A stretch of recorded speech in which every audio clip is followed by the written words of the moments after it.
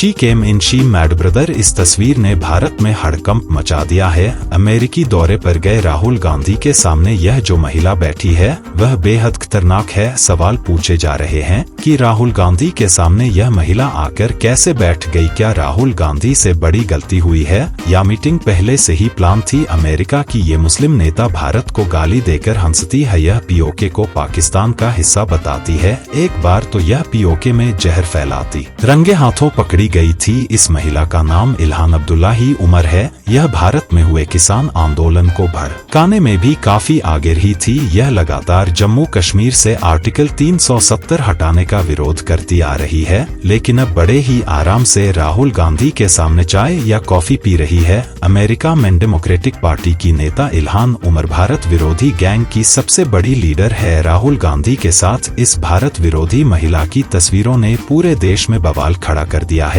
BJP हमलावर हो गई है। बीजेपी नेता निशिकांत दुबे ने कहा है कि इल्हान उमर खालिस्तान और जम्मू कश्मीर को अलग देश बनाने का लगातार समर्थन करती आई है। अभी शायद अमेरिका में राहुल गांधी जी भी इसी एजेंडे के लिए समर्थन जुटाने गए हैं। आपको बता दें कि इल्हान उमर इतनी खतरनाक है कि खुद अमेरिका के पूर्व राष्ट्रपति डोनाल्ड ट्रंप इसका पर्दाफाश कर चुके हैं। डोनाल्ड ट्रंप के बयान के बाद इल्हान उमर को ऐसा बिजली का करंट लगा था, जिसके बाद इस महिला की अमेरिका में ही आलोचना शुरू हो गई थी। ट्रंप का वो धमाकेदार बयान आपको सुनवा जाएंगे, मगर पहले देखिए कि कैसे 2022 में यह मुस्लिम सांसद पीओके पहुंच गई और भारत के खिलाफ जहर फैलाया। अमेरिका की यह नेता पीएम मोदी से बेहद नफरत करती है। वैसे कुछ समय पहले डोनाल्ड ट्रंप ने इल्हान उमर के ऐसे राज खोले थे जो आपको हैरान कर देंगे। ट्रंप ने कहा था कि इल्हान उमर सोमालिया जैसे देश से आई है जहां की सरकार का अतापता तक नहीं है, लेकिन यह अमेरिका में आकर अमेरिका को सिखा रही है कि सरकार कैसे चलाते हैं। यह शरणार्थी बनकर आई थी, लेकिन अब अमेरिका पर हावी हो रही है। इसने तो अपने भाई से ही शादी कर ली थी।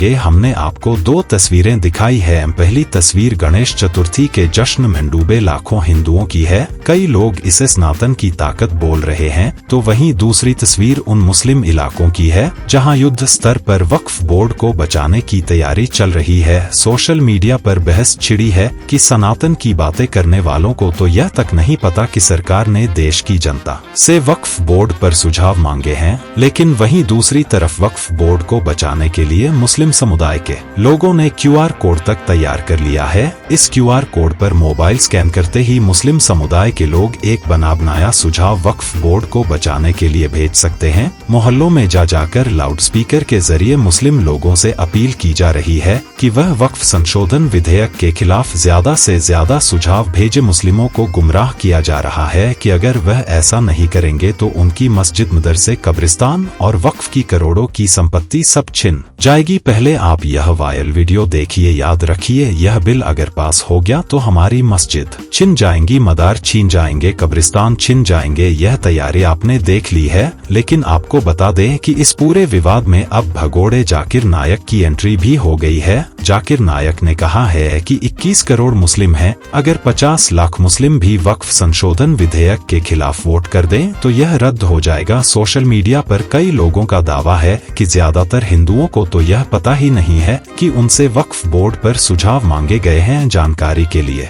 बता दें कि जो वक्फ बोर्ड भारत में 9 लाख एकड़ से ज्यादा जमीन लेकर बैठा है। जो वक्फ बोर्ड जिस भी जमीन घर, गांव, मंदिर पर हाथ रख दे तो वो उसकी हो जाती है। उसी वक्फ बोर्ड पर लगाम लगाने के लिए मोदी सरकार कानून लाना चाहती थी, मगर विचार विमर्श के लिए इस वक्फ संशोधन कानून को जॉइंट पार्लियामेंट्री कमेटी के पास भेज दिया गया। अब इसी जेपीसी ने वक्फ संशोधन कानून पर आम जनता से राय मांगी है। सुझाव भेजने के लिए जेपी की तरफ से एक ईमेल आईडी भी जारी किया गया, मगर सवाल यह है कि क्या लोगों को पता भी है कि उनके पास बस सुझाव भेजने के लिए 2-3 दिन ही बचे हैं। लोगों का कहना है कि देश में ज्यादातर लोग 4 दोस्तों में बैठकर वक्फ बोर्ड की बुराई कर देते हैं, मगर जब सुझाव देने की बात आती है तो इन्हें कुछ नहीं पता होता। कई लोग तो सिर्फ सोशल मीडिया और एकर सनातन की बातें करते हैं, मगर जब अपने अधिकारों का इस्तेमाल करने की बात आती है तो सब सो जाते हैं।